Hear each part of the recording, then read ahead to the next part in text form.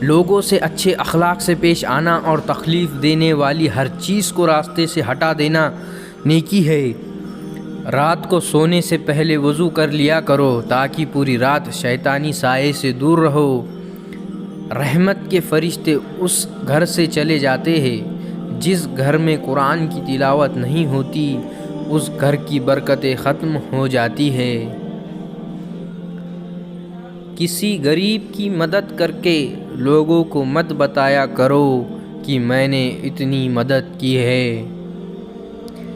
زکوٰۃ دے کر لوگوں کو جتلایا مت کرو کہ میں نے اتنی زکوٰۃ نکالی ہے۔ شراب پینے والے اور بیاج کھانے والے لوگوں سے ہمیشہ دور رہا کرو۔ ہر کام کو کرنے سے پہلے لوگوں سے صلاح مشورہ لیا کرو تاکہ کسی غلطی کا اندازہ پہلے ہی ہو جائے۔ ہمیشہ لوگوں سے اچھی اور میٹھی باتیں کیا کرو تاکہ سامنے والا شخص ہمیشہ آپ سے خوش رہے۔ چلتے پھرتے وقت کلمہ اور درود شریف پڑھا کرو اور ہر وقت اللہ کو یاد کیا کرو۔ جب بھی کسی دینی بھائی یا رشتہ دار سے ملو تو سلام ضرور کیا کرو، اس سے آپ میں اور محبت بڑھ جائیں گی اور رشتے مضبوط ہوں گے۔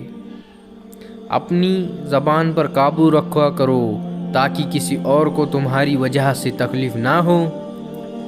خدا اور اپنی موت کو ہمیشہ یاد کرو۔ ماں باپ کی خدمت کرنے والی اولاد کی خدا ہر دعا قبول فرماتا ہے۔